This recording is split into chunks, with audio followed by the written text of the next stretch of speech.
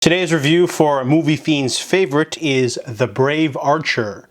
This is a movie directed by Chang Che, starring Alexander Fusheng.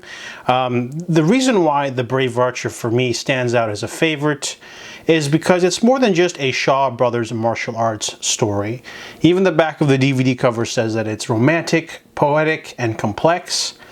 It's based off Louis Cha's classic novel, Legend of the Condor Heroes. So, what's special about this film is that even though it does have some martial arts sequences in it, those aren't the highlight of the film. There's like a little battle at the beginning, there's some fighting in the middle, there's some sparring at the end. But what really sells this story is the romantic relationship between Guo Jing and Wrong-Er. Yeah, Wrong-Er, yes. And what's really interesting is that it's great that these two, the romance isn't like, you know, the core of the story, but it is the best part because, you know, his love interest, she is a cool character on her own. She's crafty, she's cunning, she's smart. Even though she's not that great at martial arts, she really likes Guo Jing, and, you know, she strives to help him become better so that he can impress her father.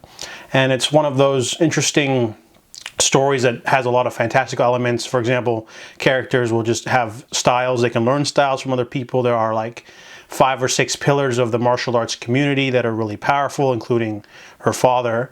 And he is also a simple-minded man who grew up with 7 masters and ended up, you know, creating blood feuds by accident.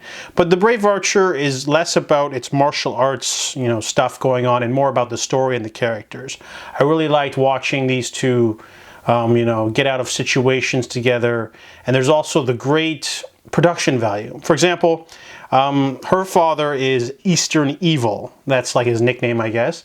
But he also has Peach Blossom Island, which is a literal island full of peach blossom trees that create these deadly and confusing mazes.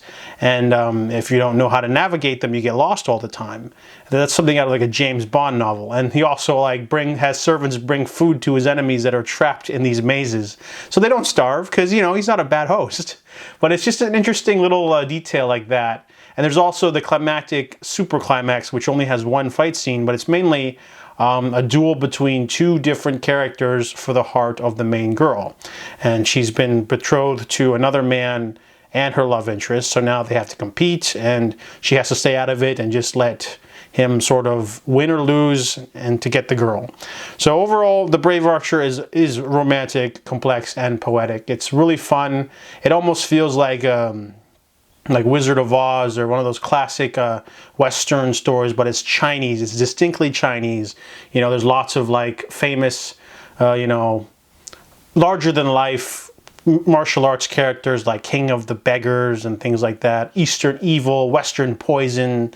You know, there's this couple that have like a claw technique that's really powerful and formidable. And characters can, you know, upgrade their strength within a mere seconds, or with a simple training montage. So The Brave Archer, the first 3 films have the same actor and actress. That's why I like them the most. But if you haven't seen it, The Brave Archer is one of my favorites, and it always sticks around because of the unique plot and the chemistry between the leads.